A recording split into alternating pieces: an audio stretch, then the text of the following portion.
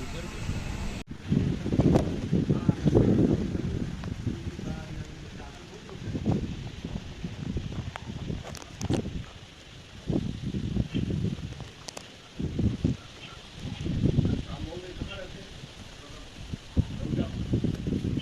Doctor Naseeruddin Nasir सठियाओं का निवासी हूँ, सठियाओं आजमगढ़ का निवासी हूँ। मैंने जो है समाज के लिए तो कुछ काम किया है, लेकिन अब इस समय जो है बीमार होने के नाते कुछ जो है मतलब मेरी इस समय गतिविधियाँ कम हैं।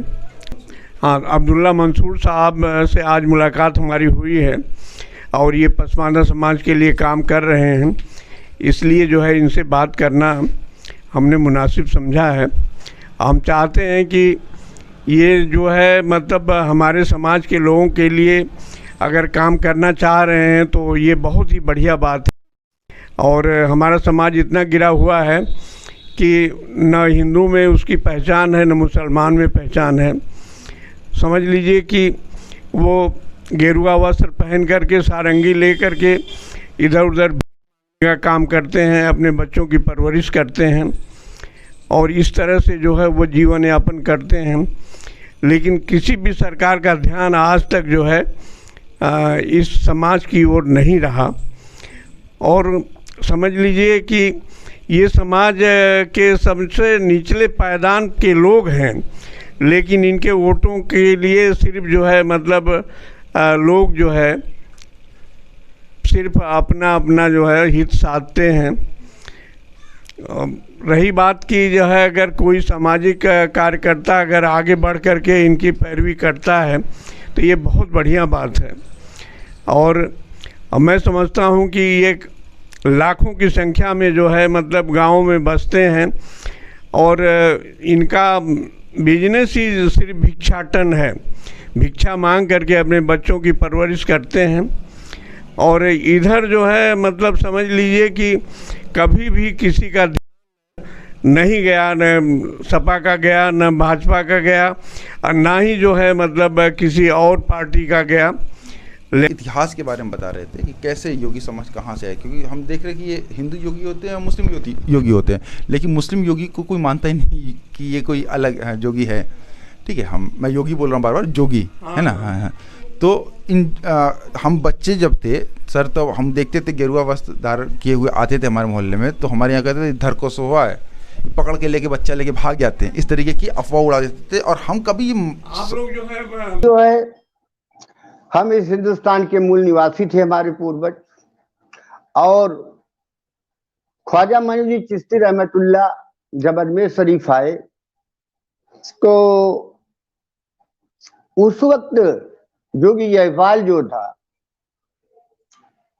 शास्त्रार्थ हुई पृथ्वीराज की तरफ से और शास्त्रार्थ में जोगी जयपाल हार गया। जोगी जयपाल, जोगी का मतलब जादूगरी से है, और जब हार गया तो हमारी कौम के ज्यादातर लोग, क्या कि पूर्वांचल के ज्यादातर लोग, राजस्थान, उत्तर प्रदेश, मध्य प्रदेश में तो बहुत कम लोगों ने हिंदू धर्म छोड़ा, लेकिन बंगाल से लेकर के और इधर राजस्थान तक के ज्यादातर लोगों ने इस्लाम कबूल कर लिया और उसी में हमारी कौम इस्लाम कबूल कर लिया। लेकिन इस्लाम कबूल करने के बाद भी ये हिंदू रिवाज को नहीं छोड़ पाए, और क्योंकि इनके ऊपर प्रभाव सबसे ज्यादा जो था वो गुरु गोरखनाथ जी का था।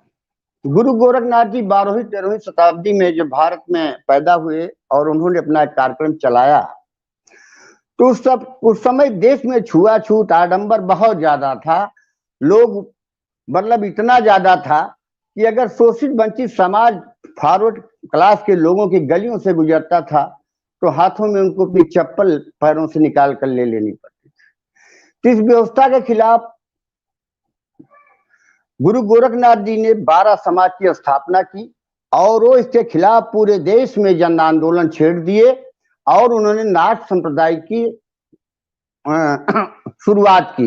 एक नया पंथ उन्होंने चलाया और उसमें योगी समाज बहुत बढ़ चढ़ करके हिस्सा लिया और आज उसी की देन है, उसी रास्ते पे हमारा समाज मुसलमान होने के बाद भी गेरुआ बस पहनता है, सारंगी बजाता है, राजा भरथरी के गीतों को गांव गांव गाता है और राम वनगमन गाता है और गुरु गोरखनाथ की महिमा का बयान करता है।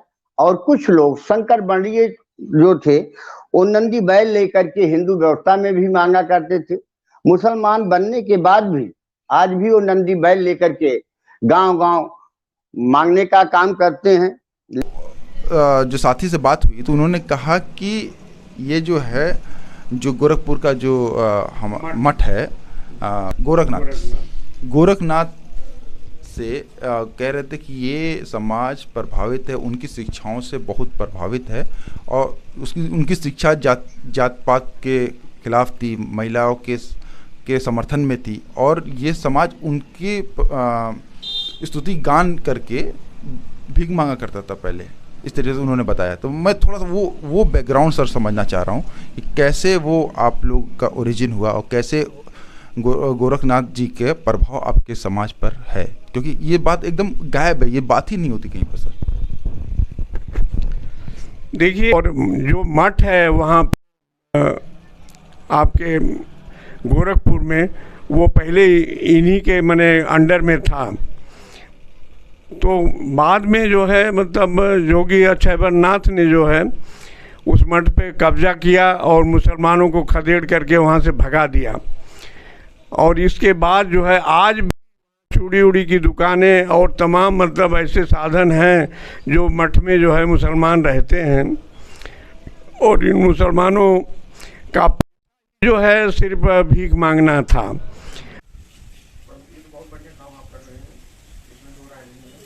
आजकल भाजपा के लोग भी जो है पसमानदा के लोगों पे ध्यान दिए हुए हैं, जोड़ना चाह रहे हैं। अब यह है कि वो क्या जोड़ेंगे क्या करेंगे ये नहीं समझ में बात आ रही है। फिर मुसलमानों का वोट लेने के लिए ही जो है मैं मुसलमान समाज की बात कर रहा हूँ। मुसलमान भाइयों में जो हमारे पसमंदा भाई बहन हैं, जो पिछड़े हुए हैं, मैं उनकी बात करता हूँ। पसमंदा मुसलमान मोची होते हैं, चिश्ती होते हैं, जोगी होते हैं, लाल बेंगी होते हैं, भटियारा होते हैं, मिरासी होते हैं, डफाली होते हैं, मुकेरी होते हैं, मदारी होते हैं, जुलाहा होते हैं, लंबाई होते हैं, बेजा होते हैं, बामणिया भी होते हैं, छिया होते हैं, लहरी होते हैं, हल्दर होते हैं, सिकदर होते हैं, कितनी ही जातियां।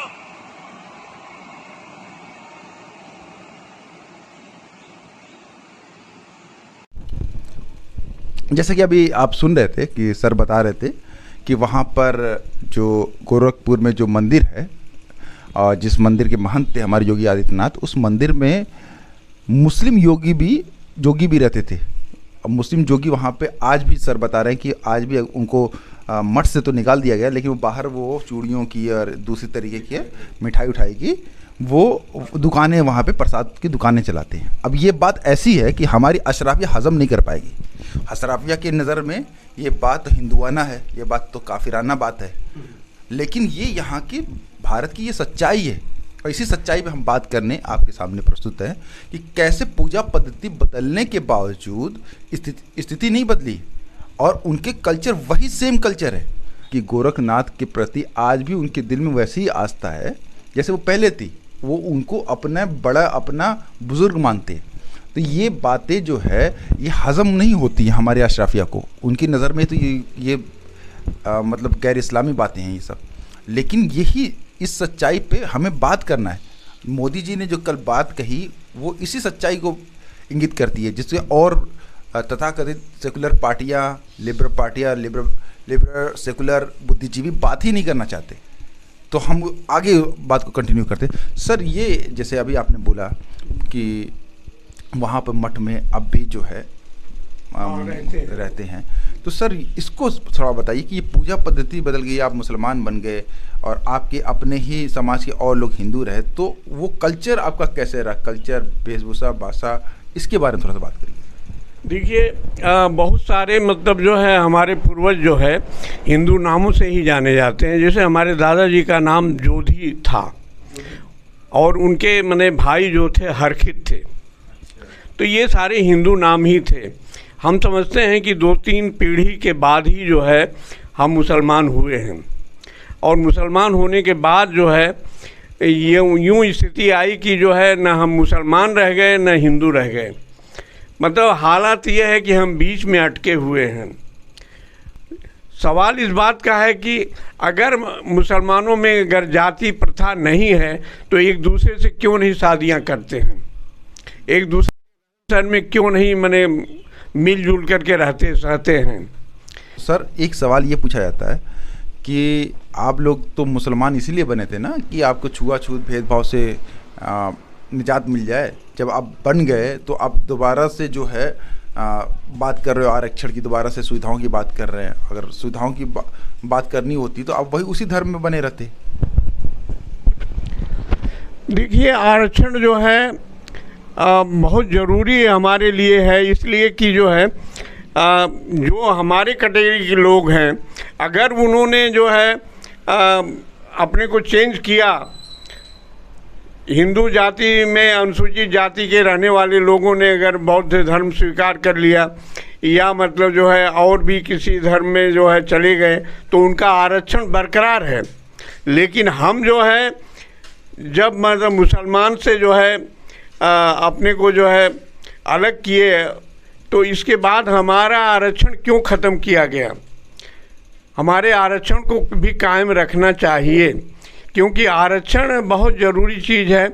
आरक्षण की वजह से जो है हमारे बच्चे जो है मतलब डेवलप नहीं कर पाते हैं और उनकी कैटेगरी जो है सामान्य कैटेगरी में ही गिनी जाती है। और बैकवर्ड क्लास की सर्टिफिकेट के लिए आज तक जो है बहुत सारे लोग जो है प्रयासरत रहे, लेकिन आज तक कोई प्रयास सफल नहीं हुआ।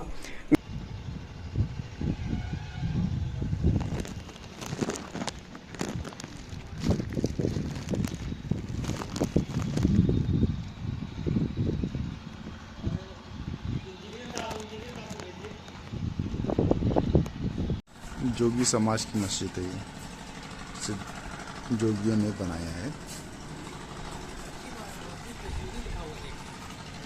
पहली बार मस्जिद पे हिंदी लिखा हुआ दिखाया जा रहा है। ये चैनल के माध्यम से मैं मांग कर रहा हूं माननीय मुख्यमंत्री जी से और देश के तमाम नेताओं से कि जोगी समाज जो मुस्लिम समाज में शामिल है लेकिन वो हिंदू व्यवस्था के रीति नीति सिद्धांत और विचारों को ज्यादा मानता है, तो आप जो है इनके ऊपर हमला ना करें। अभी बिहार में बहुत बड़ा हमला किया गया था और एक संगठन के पदाधिकारी थे, वो ऐसे मार रहे थे बैल से जो मांगने गए थे जैसे मालूम पड़ रहा था कोई आतंकवादी पकड़ लिए हो। तो बड़ा कष्ट हुआ। और अभी अयोध्या में एक घटना घटी कि एक जोगी जो है सारंगी ले और गेरुआ वस्त्र पहन के जा रहा था। अयोध्या के एक बाबा जी हैं इस समय, तो उन्होंने पकड़ लिया। तो उन्होंने उससे पूछा कि तुम किस जात के हो, तो उसने कहा साहब मैं तो जोगी बिरादरी का हूँ। तो कहा तो कुछ श्लोक बताओ। तो उसने कुछ गाना बजाना और श्लोक बताया। उसने कहा कि हम सनातन धर्म को नहीं हम लोग मानते थे, हम लोग नाथ संप्रदाय के लोग हैं, हमसे आप गुरु गोरखनाथ के बारे में चर्चा करिए और उस चर्चा से आप मुझसे गाना सुनिए और यही गाना गा करके साहब हम लोग अपना पेट भरते हैं। नाम तो मेरा इस्लाम है, लेकिन हम जो है हिंदू मुस्लिम एकता के रूप में भी जोगी समाज माना जाता रहा है। आज भी हमारे आधे से भाई जो हैं हिंदू हैं और आधे लोग जो हैं मुस्लिम हैं। लेकिन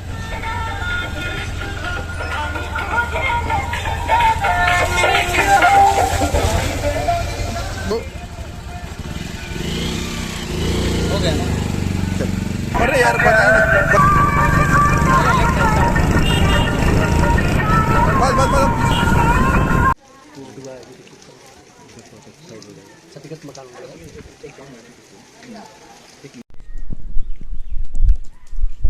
सलाम, नमस्ते, आदाब। आप जुड़े हैं पसमादा डेमोक्रेसी से और हम जोगी समाज की सामाजिक, आर्थिक, राजनीतिक, शैक्षणिक स्थिति को समझने की कोशिश कर रहे हैं। और इस सिलसिले में हम लोग कई लोगों से बात कर चुके हैं। आज हम जोगी समाज के एक गांव में, गांव का नाम क्या है?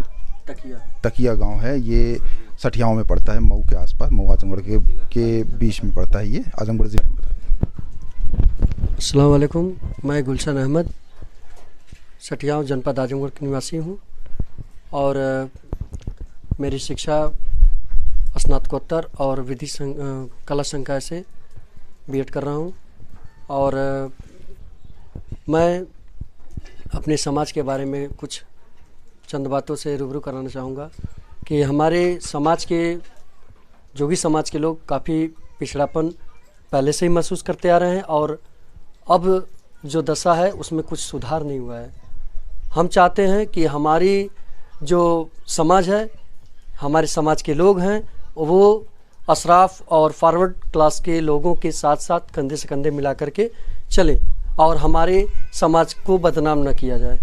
हम चाहते हैं हमारे समाज के लोग सामाजिक, आर्थिक और राजनीतिक क्षेत्रों में भी बढ़ चढ़ कर हिस्सा लें, जिससे अपने लोगों में काफ़ी सुधार हो और शैक्षिक रूप से शिक्षा ग्रहण करते हुए सरकारी महकमों और अन्य स्तरों पर वो लोग अपना नाम रोशन करें। अच्छा, ये इस गांव में कितने लोग हैं, इसको थोड़ा बताइए। कितनी आपकी कास्ट के कितने लोग यहाँ पर हैं? कम से कम 250-300 लोग यहाँ पे आपके जाति के। तो उनका जो है पेशा कौन कौन सा पेशा है उनका? बस मांगने खाने वाला और फेरी करते हैं, बस यही। अच्छा, मांगने खाने वाला है और फेरी करते हैं। तो वो जैसे हम बचपन में देखते थे सारंगी लेके गेरुआ वस्त्र धारण करके वो जाते थे, है ना? वो अब भी है? हाँ, अभी हैं बहुत, मतलब तभी बहुत ज़्यादा ही हैं, पहले से मतलब थोड़ा बहुत कम हुए हैं। उतने। अच्छा, और अड़ोस पड़ोस में कौन सी जाति रहती है यहाँ पे? हरिजन बस्ती है, गोलौटी है, हाँ, फिर पठान टोली भी है। तो कभी यहाँ पर आप लोग जो है चुनाव में आते होंगे लोग? जी। तो आपके यहाँ से कोई प्रधान उतारने के लिए कोई खड़ा होता है? जी है ना, प्रधान, सिख प्रधान है ना। अच्छा, किस जाति से हैं? पठान है वो। अच्छा, तो आपकी जाति का कोई पठान नहीं, हमारे यहाँ कोई नहीं प्रधान है। अच्छा, कोई उन्हीं को सब किया जाता है, उन्हीं को जिताया गया था। है, कभी खड़े होने की कोशिश नहीं की कि आपकी जाति? कहाँ, क्यों नहीं, खड़ा हुए थे लेकिन फिर भी बैठ गए थे। फिर उन्हीं को सपोर्ट किया गया था मिलजुल कर, कि मतलब इसलिए कि वो लायक के आदमी थे नहीं, गरीब आदमी थे, तो उतना कहाँ से लाएंगे, इसीलिए नहीं करे थे। अच्छा, जैसे हर जाति के लोग, जैसे हम मऊ से आते हैं, अंसारी, वहाँ पे देखिए, वहाँ पे अंसारी जो है प्रधानी के लिए भी लड़ते हैं, एमएलए भी लड़ते हैं, एमपी भी लड़ते हैं, है ना? अब उतना के लिए मतलब जो लड़ेंगे उसके खातिर 5-6 लाख रुपया चाहिए, तो इनके पास है नहीं, तो लड़ेंगे कहाँ से? जिसके पास है वही न लड़ेगा। और ऐसा कोई दबाव कि नहीं आप मत लड़िए, हम ही लड़ेंगे? बस वही कमजोरी है पैसे की, जब गरीब आदमी है तो कहाँ से पाएंगे उतना पैसे। इसीलिए वो अपना, बड़े आदमी आते हैं तो बोलते हैं कि बैठ जाओ, है आप नहीं जीत पाओगे, इसीलिए वो बैठ जाते हैं। तो बड़े आदमी जो पैसा खर्चा करते हैं वो जीतते हैं, जो गरीब आदमी है वो नहीं पाते हैं। अच्छा, देखिए, ये जो क्षेत्र है मऊ आजमगढ़ का, यहाँ पे दंगे उंगे भी होते रहते हैं, है ना? जैसे मऊ में 2005 का दंगा हुआ था, है ना? तो उस वक्त क्या स्थिति होती? क्योंकि यहाँ पे मैं देखता हूँ कि ये मिक्स आबादी जैसा लग रहा है, उधर से आ रहे थे तो हिंदू थे, है ना? तो फिर क्या स्थिति रहती है? ठीक, वैसे कोई उससे कोई मतलब नहीं है अपना। अच्छा, और भी कोई साथ? ऐसी कोई बात नहीं है, इस गांव में कोई, सबको राजमंदी सब कोई रहता है, हिंदू चाहे मुस्लिम, दोनों मिलकर के रहता है, ऐसी कोई बात नहीं है। जैसे हम जहाँ से आते हैं वहाँ पे बड़ा ये सब को लेके बड़ा मतलब हेड स्पीच जिसको बोलते हैं, जिसको नफरत फैलाने वाली बात, कि हाँ वो उधर मार देंगे, उधर काट देंगे। नहीं है, ऐसी कोई बात नहीं है। दोनों आदमी सब हिंदू मुस्लिम हो, कोई से किसी की साई हो, सब कोई मिल के रहता है। अच्छा, शादी ब्याह में आना जाना है आपका? सबका आना जाना है। कोई ऐसी कोई घटना नहीं है। आप बता रहे थे यहाँ पे हरिजन बस्ती है, कौन कौन बस्ती है? जी, हरिजन बस्ती है, हिराना है, इसमें ब्राह्मण कम है। अच्छा, ब्राह्मण कम है, मुस्लिम है, अहिर है और हरिजन बस्ती है। और आना जाना सबका ठीक रहता है? अच्छा, महिलाओं में से कोई बात करना चाहे? जी, अरे कुछ थोड़ा बहुत जो भी आपको समझ में आए, थोड़ा सा गांव की स्थिति, अपनी स्थिति के बारे में थोड़ा सा बताएं कि यहाँ पर जो है क्या दिक्कत है आपको यहाँ पे काम करने को लेके, या आपके पेशे, आपकी बिरादरी में क्या समस्या है, उस सब के बारे में खाली बताना है। परेशानी है? दिक्कत परेशानी के से बेटी बेटा हाँ ना ना हमारे मर्दा हाँ दूसरे भाई ने हाँ अपना हुआ हाँ। गांव में बिरादरी कोई दिक्कत नहीं नहीं कौन दिक्कत ना है। अच्छा। ना ये सब है एक दिक्कत कौन बात की ना है। हाँ आप बात करेंगे? हाँ कहाँ आमदनी का जरिया का है, कैसे रोजी रोटी कैसे चले थे? रोटी भाई नवा वो देता भाई नवा देता अच्छा भाई नवा दूसरे हैं। अच्छा। वो भाई नवा देता हम लोग। पढ़ाई लिखाई नहीं है? पढ़ा लिखा नहीं नहीं कोई पढ़ा लिखा नहीं भाई नौकरी नहीं है? नहीं। अच्छा आवास वास मिला है? आवास बहन तनाया वह अच्छा मिलत रहा। तोरा आवास वास मिला है? आवास हाँ आवास नहीं मिला? नहीं आवास ना मिला। लेटरिन वाला? लेटरिन का हाँ बगल में। अच्छा प्रधानमंत्री वाला लेटरिन मिला? हाँ प्रधान दी नहीं आवास ना। अच्छा, ये प्रधानमंत्री जी ने बहुत से स्कीम निकाली स्वच्छ भारत अभियान के तहत जो है लैट्रिन बनवाने का, तो अभी बता रही बननी भी है ना? उनको दिखाइए, वो बता रही हैं। हाँ यहाँ पे लैट्रिन बनी हुई है, ठीक है, बगल में भी, ठीक है। और आयुष्मान भारत के तहत उन्होंने एक स्कीम निकाली थी और आवास योजना निकाली, तो उसका लाभ इस गांव में हुआ है? आवास मिला है, बहुत आदमी को आवास मिला। अरे आधा से ढेर गांव में आवास मिला हुआ है। प्रधानमंत्री के ये इस नीति का लाभ आप तक पहुंचा। अच्छा, इससे पहले और भी सरकारें रहीं और भी जैसे समाजवादी की रही या केंद्र में जो है कांग्रेस की रही, तो उस दौरान कुछ इसका हर सरकार कुछ न कुछ देती है, ऐसी बात नहीं कि कांग्रेस ने नहीं दिया। मैं ये आप तक पहुंच हुई कि नहीं, मैं ये जानना चाह रहा था कि पहुंच आप तक हुई कि नहीं। ऐसा नहीं कि कांग्रेस ने नहीं किया, कांग्रेस ने भी बहुत सी स्कीम बनाई थी, लेकिन होता क्या था कि वहाँ तक ग्राउंड तक नहीं पहुँच रही, बीच में ही घपला हो गया। इस तरीके की बात मैं पूछना चाह रहा था। नहीं, सरकार तो दी है, ऐसी बात नहीं है, बहुत दी है, जैसे कि बहुत आदमी को आवास मिला है। इससे पहले की सरकार में नहीं दिखा था? नहीं मिला था, बहुत कम लोग को मिला था। अच्छा। नहीं किसी नौकरी तो खैर आप बता ही चुके कि यहाँ पे नौकरी का तो हिसाब है ही नहीं, है ना? कोई नौकरी नहीं है ना? हमारी बिरादरी में खाली नहीं कोई है, बाकी हरिजन बस्ती में सबको है।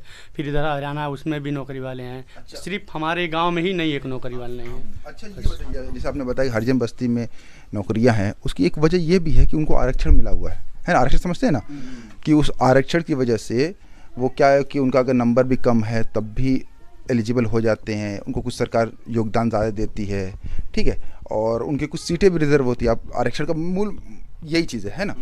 लेकिन आपकी जाति को आरक्षण नहीं है, जो दलित आरक्षण है वो है नहीं। तो इसके लिए बोला जाता है कि आपको दलित आरक्षण क्यों मिले, जबकि आप लोगों ने तो इस्लाम धर्म कबूल कर लिया, तो फिर आपको आरक्षण की लाभ क्या है? मतलब वो तो इसलिए हिंदू धर्म में है क्योंकि वहाँ के साथ भेदभाव होता था, तो इसलिए आपको नहीं मिलना चाहिए। जी हाँ, हसन भाई आप भी कुछ बोलिए इस पर। क्या सवाल करिए? सवाल यही है कि मुस्लिम दलितों को क्यों मिलना चाहिए, जबकि ये तो इस्लाम धर्म धारण कर लिए हैं। देखिए, आज़ादी से पहले सभी मज़हब के मानने वाले जो दलित थे उनको एससी का दर्जा मिला हुआ था।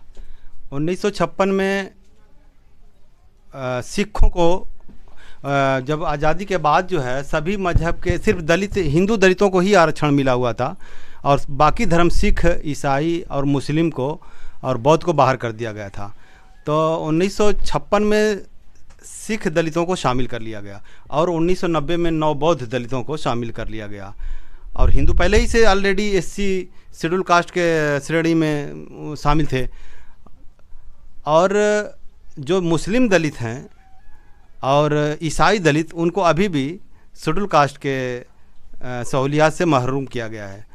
तो अब हम चाहते हैं कि जो मुस्लिम दलित हैं, जैसे नट, मदारी, करंदर, जोगी, फ़कीर, हलाल खोर, तो जब हिंदू धोबी को मिल रहा है तो मुस्लिम को क्यों नहीं मिल रहा है?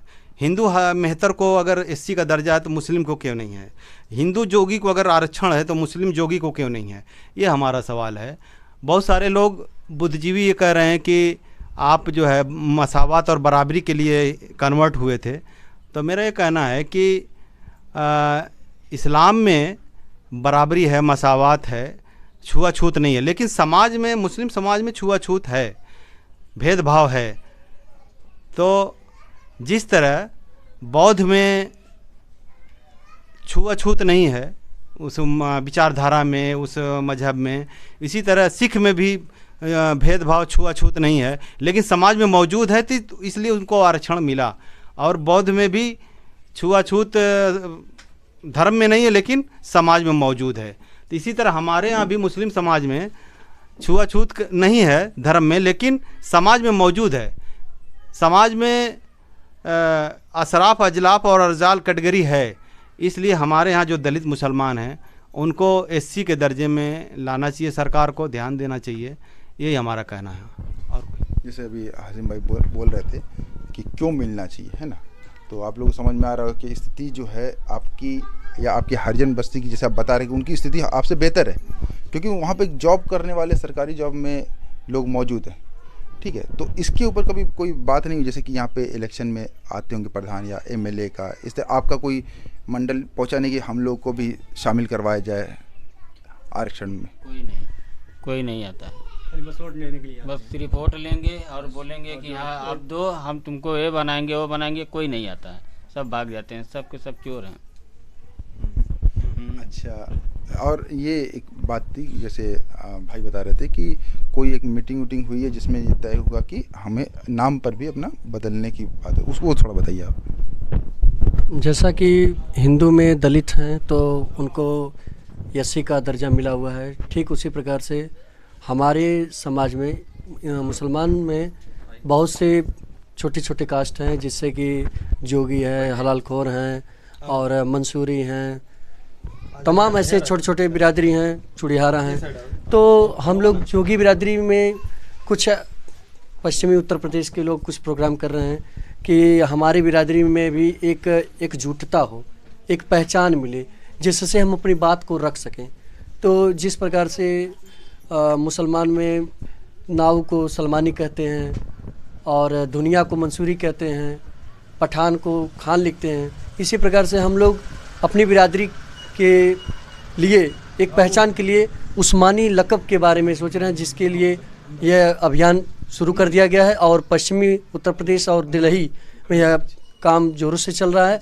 और हम इंशाल्लाह उम्मीद करते हैं कि हम लोग एक रूप में, एक रूपता में होंगे और अपनी बात को संगठन की मजबूती करते हुए रखेंगे, जिससे हमें अन्य सेवाओं का लाभ मिले, सरकारी योजनाओं का लाभ मिले, जिससे हम लोग पढ़े लिखे शिक्षित बने और हमारे गांव में हमारे बिरादरी के लोग भी नौकरी पेशा हों, जिससे हम अपनी समस्याओं को दूर कर सकें। जी। आप अभी इसी गांव से हैं, आप पेशा आप क्या है? यहाँ काम करते हैं साहब। क्या काम करते हैं?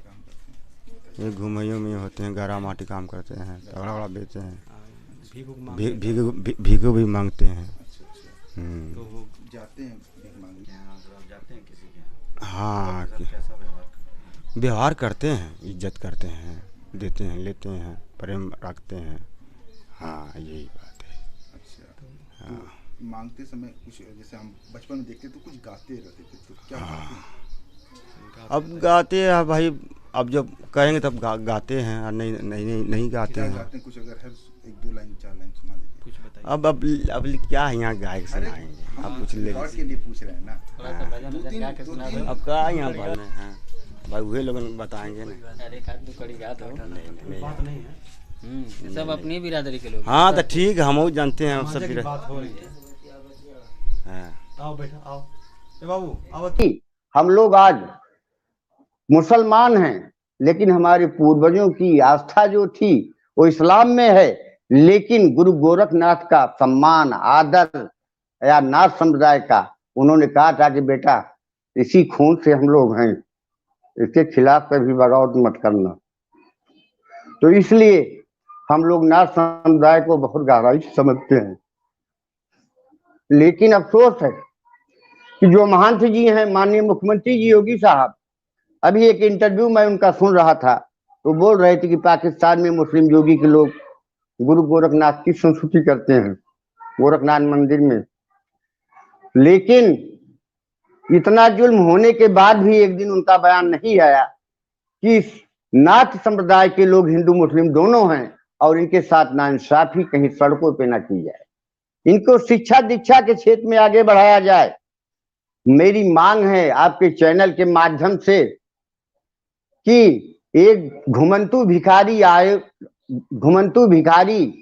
कल्याण बोर्ड का गठन किया जाए। जिस तरह से माननीय मुख्यमंत्री जी ने भी किन्नर कल्याण बोर्ड का गठन किया और सोनम चिश्ती जी को उसका अध्यक्ष बनाया, जो कि हमारी जनपद सुल्तानपुर की रहने वाली हैं और हम लोगों के साथ ही रहा करती। तो उसी तरह आज हम आपके चैनल के माध्यम से मांग कर रहे हैं कि घुमंतु भिखारी कल्याण बोर्ड का गठन किया जाए। और कुछ और आपसे बात करना, क्योंकि आप घूमते रहते हैं ना समाज में, तो वो इसीलिए हम आपसे पूछ रहे हैं।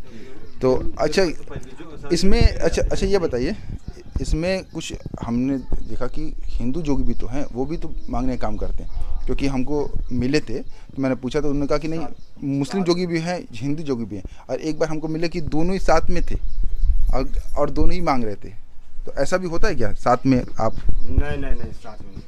अच्छा, अलग अलग? वो हिंदू अलग होते हैं, मुसलमान जोगी अलग होते हैं, साईं होते हैं। अच्छा हाँ। तो गोरखनाथ के मठ में अभी बात हो रही थी। नहीं, हमको अभी बात हुई। जी अभी हमारी बात हुई तो उसमें बताया कि वहाँ पर भी मुस्लिम जोगी हुआ करते थे। अभी नहीं है लेकिन हुआ करते थे। हाँ, पहले हुआ। पहले हिंदू जोगी हो रहे हैं। अब वो बेरी ख़त्म हो गए हैं। अब बस मुसलमान अब जोगी चल रहे हैं। अच्छा। हाँ, खानदानी जोगी हैं सब। अच्छा। हाँ। तो अब आप ही लोग हैं जो मांगते हैं, घूम के मांगते हैं? क्यों मांग रहे हैं, क्यों तगड़ा काम कर रहे हैं, क्यों कुछ काम कर रहे हैं, ये सब अलग अलग बात है ना। अच्छा। हाँ। अच्छा आसिम भाई, क्योंकि ये बात दोबारा से मेरे दिमाग में आई, वो ये कहा जाता है कि आज़ादी से पहले क्यों नहीं आप लोगों ने अपने दलित मुसलमान की बात की? उस टाइम तो आपने पृथक निवासी मंडल में शामिल होना चुना, और आज़ादी के बाद आपको लग रहा कि अब हिंदू दलित को आरक्षण मिला तो आप आरक्षण मांगने शुरू कर दे रहे हैं। आज़ादी से पहले ये जो है देश के बंटवारे का जो अभियान चला था जिन्ना के द्वारा, तो जो पसमानदा मुसलमान थे, जो दलित मुसलमान थे, वो कभी भी देश का बंटवारा नहीं चाह रहे थे। अगर चाहते तो फिर हम जिन्ना के साथ होते, लेकिन जिन्ना के साथ वो सवर्ण मुसलमान थे, अशराफिया मुसलमान थे। हम तो मुस्लिम लीग के ख़िलाफ़ अब्दुल कयूम अंसारी साहब की तहरीक, आसिम बिहारी साहब की तहरीक के हम लोग साथ थे, देश के बंटवारे के ख़िलाफ़ थे। 1940 में 40,000 लोगों को लेकर अब्दुल कयूम अंसारी साहब दिल्ली पहुँचे थे और कहे थे कि देश का बंटवारा नहीं होना चाहिए था। और मुस्लिम लीग के ख़िलाफ़ मोमिन तहरीक, मोमिन कॉन्फ्रेंस जो है उसके ख़िलाफ़ बिल्कुल उसके ख़िलाफ़ मैदान में उतरे थे, जिसकी वजह से मुस्लिम लीग की हार, हर जगहों पे उसकी हार हुई थी। और हार होने के कारण हम नहीं चाहते थे कि देश का बंटवारा हो, उसका कारण। और जिन्ना ने कहा था, हारने के बाद बहुत कम जगह से जीते थे, और जिन्ना ने कहा था कि अगर ये जो पिछड़ा है, ये अर्जाल तबका अगर हमारा साथ दिया होता तो पाकिस्तान की सरहद दिल्ली तक होती। लेकिन ये जो रजील मुसलमान हैं, जो ये जो छोटी जात के मुसलमान हैं, इन लोगों ने हमारा साथ नहीं दिया। तो इससे साबित होता है कि अगर हम उनका साथ देते तो ये पाकिस्तान की सरहद दिल्ली तक होती थी। इसलिए हम लोगों ने देश को चुना है, हमने भारत को चुना है। और हमारे जो पसमानदा मुसलमान हैं, जो दलित हैं, जो नट हैं, मदारी हैं, कलंदर हैं, जोगी हैं, फ़कीर हैं, जुलाहे हैं, और जो भी ये सब बिरादरियां हैं 85%, इन्होंने देश को ही, भारत देश को ही गले लगाया। और जो लोग कहते हैं कि पृथक राज्य का मांग कर रहे थे, तो ये हम लोग नहीं थे, ये सवर्ण मुसलमान थे, जो अशराफ मुसलमान थे। इन लोगों ने, उनको देश राज पाट करना था, उन्होंने अपना हिस्सा ले लिया, पाकिस्तान और बांग्लादेश ले लिया, और हम लोग यहीं पे रह गए। और यहीं पे हमने उम्मीद थी कि हम देश के बंटवारे के बाद हम यहाँ जो दबा कुचला तबका हिंदू का है, दलित का है, उसके साथ हम लोगों को बराबरी का दर्जा मिलेगा, आरक्षण मिलेगा। ये जो दबा कुचला तबका है, इसको भी हिंदू दबे कुचले के साथ आरक्षण में शामिल किया जाएगा। लेकिन ऐसा नहीं हुआ और इसको बाहर कर दिया गया। सभी मजहब के मानने वाले जितने लोग थे दलित, उनको बाहर कर दिया, सिर्फ हिंदू दलितों को ही शामिल किया गया। और 1950 में एक चिट्ठी लगा के धारा 341 पर मजहबी पाबंदी लगा दी गई कि सिर्फ दलितों को ही एससी का दर्जा मिलेगा और बाकी मजहब के मानने वालों को, विचारधारा को मानने वालों को नहीं मिलेगा। लेकिन 1956 में सिखों को शामिल किया गया और 1990 में दलित बौद्ध को शामिल किया गया और मुस्लिम और ईसाई दलितों के साथ अभी तक जितनी भी सरकारें केंद्र में आई हैं उन्होंने उनको शामिल नहीं किया। तो हम लोगों की यही मांग है कि जिस तरह हिंदू दलितों में लोग काम और पेशे के एतबार से हैं, इसी तरह मुस्लिम में भी धर्म बदल के बराबरी के लिए आए, लेकिन बराबरी यहाँ उनको नहीं मिली। इन्होंने मसावत नहीं मिली और इनके साथ छुआछूत और भेदभाव होता रहा। यहाँ तक कि रोटी बेटी का रिश्ता भी नहीं होता। जो दलित मुसलमान हैं, जो पसमानदा मुसलमान हैं, वहाँ जो अशराफिया तबके से रोटी बेटी का रिश्ता नहीं होता। तो किस बात की बराबरी है? सिर्फ मजहब तक और सिर्फ तक ही सीमित है। मसावत और बराबरी का ये जो ढोंग है सिर्फ किताबों तक सीमित है। समाज की सच्चाई कुछ और ही है और इस सच्चाई को उजागर अब हो रहा है और इसके लिए अब सरकार को भी आगे आना चाहिए। हम सरकार के साथ रहेंगे अगर जो हमारे दुख दर्द में जो साथ देगा। अच्छा, यहाँ पे इस गांव में कोई मस्जिद है? जी, 2 मस्जिद है, एक इधर सामने, एक बड़ी वाली बाजे उधर गांव में अंदर। इसमें जो नमाज पढ़ाते हैं वो किस जाति से? आप ही की जाति है? नहीं, वो बिहार के हैं। किस बिरादरी से हैं? वो भी छोटे ही बिरादरी के हैं, वो भी यहीं पर रहते हैं। हाँ, अपना पढ़ाते हैं बच्चों को, फिर अपना छुट्टी में गए हुए हैं घर। नमाज वमाज सब वही पढ़ाते हैं। आपकी बिरादरी कोई यहाँ मौलवी? कोई नहीं है। कोई मौलवी नहीं? कोई नहीं है। अच्छा, मदरसे में कोई नहीं, कोई नहीं है। अच्छा, और कोई शिक्षा के स्तर यहाँ गाँव में? कोई नहीं इस समय। जब उतने पढ़े लिखे नहीं है तो जब वो कहाँ से पहुँचेंगे? जब पढ़े लिखे होते तो शिक्षा में पहुँचते, जब पढ़े लिखे नहीं तो कहाँ से पहुँचेंगे? गाँव में कुर्बानी होती है? नहीं, कुर्बानी नहीं होती है। मतलब पहले से नहीं? बहुत पहले से नहीं होती है कुर्बानी। बकरे वकरे की कर सकते हैं लेकिन बड़े चूहे की कुर्बानी नहीं कर पाते। नॉर्मली यहाँ पे कुर्बानी नहीं होता, आप लोग नहीं करते कुर्बानी? ठीक, चलिए, हमारे साथ जुड़ने के लिए धन्यवाद। और हम लोग इस वक्त जोगी समाज के गांव में मौजूद थे और समझने की कोशिश कर रहे थे इनकी धार्मिक आस्था, इनकी सामाजिक स्थिति, इन सबको समझने की कोशिश कर रहे थे। और हम आगे भी वीडियो बनाते रहेंगे, आपसे जुड़े रहें। जय पसमानदा, जय हिंद।